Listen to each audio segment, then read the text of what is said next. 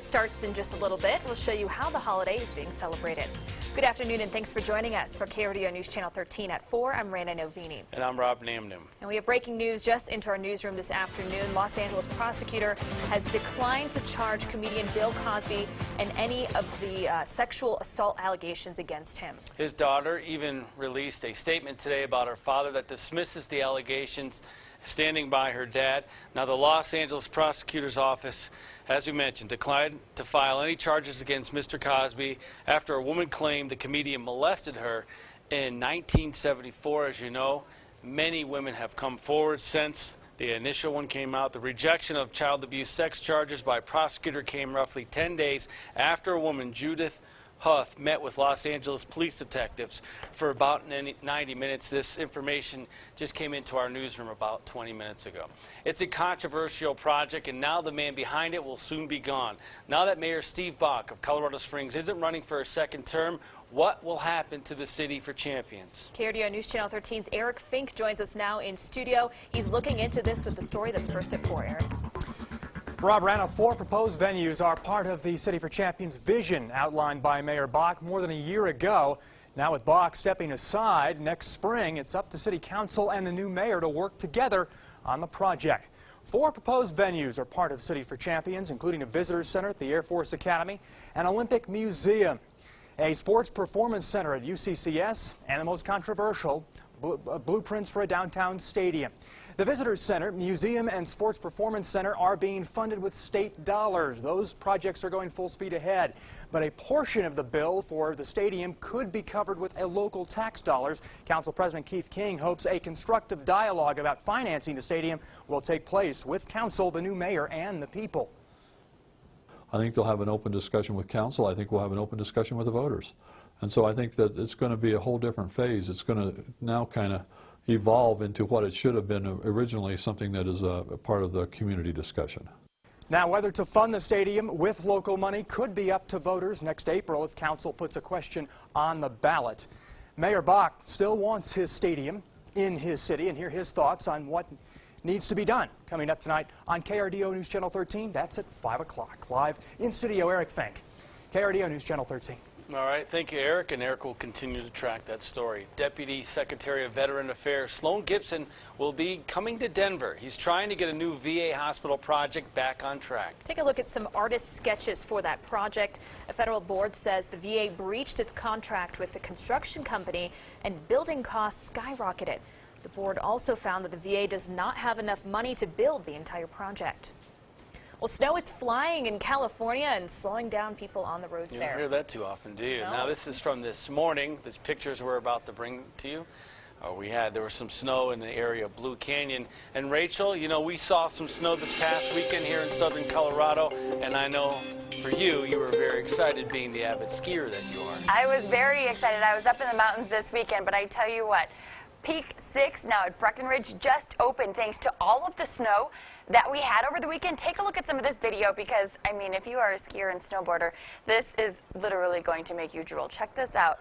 That is the opening day. Look at how much snow they have in Breckenridge. I mean, this is crazy. I would have given anything to be up there today. I mean, just perfect conditions. They saw over a foot of snow with this last storm that moved through.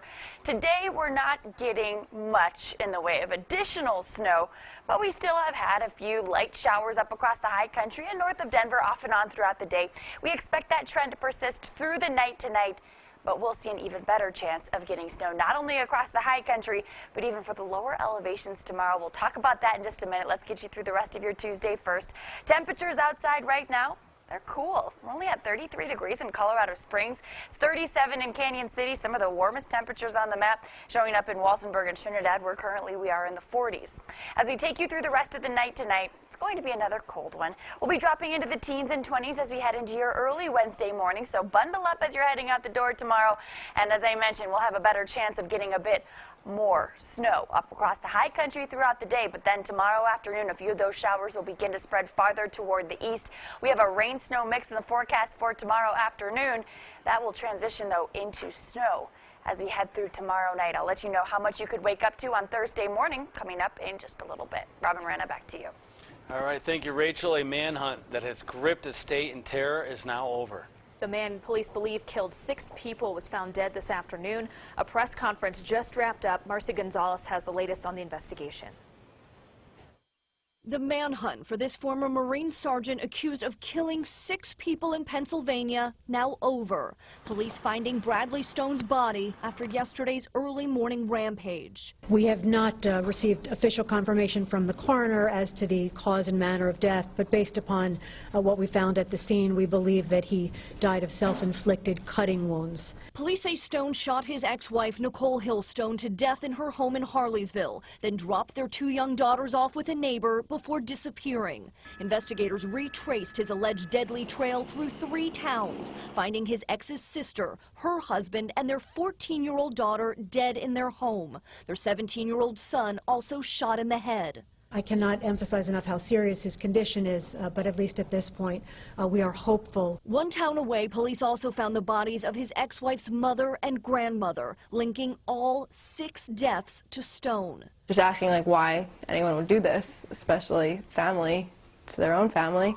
Police spent 2 days searching tirelessly for the accused killer, discrediting a claim that he may have been involved in an attempted carjacking in Doylestown, instead focusing their search in Stone's hometown of Pennsburg, where schools closed today and neighbors nervously stayed inside, waiting for this news that the accused killer has been found. Police still haven't said anything about a motive, but neighbors claim Stone was in a bitter custody dispute with his ex-wife. Marcy Gonzalez, ABC News, New York.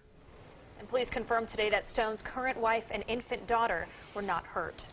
Well, if you're thinking of volunteering in another country, you'll have some company. Colorado is number 4 when it comes to the number of Peace Corps volunteers. Vermont comes in as number 1 for volunteers, followed by D.C., Washington State, and our state.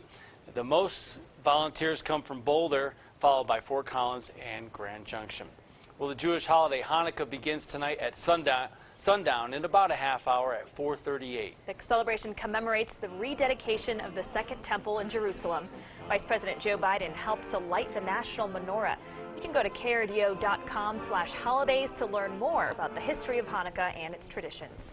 Well, there's a new name you could see on the ballot for the president in 2016. Why Politico says Jeb Bush may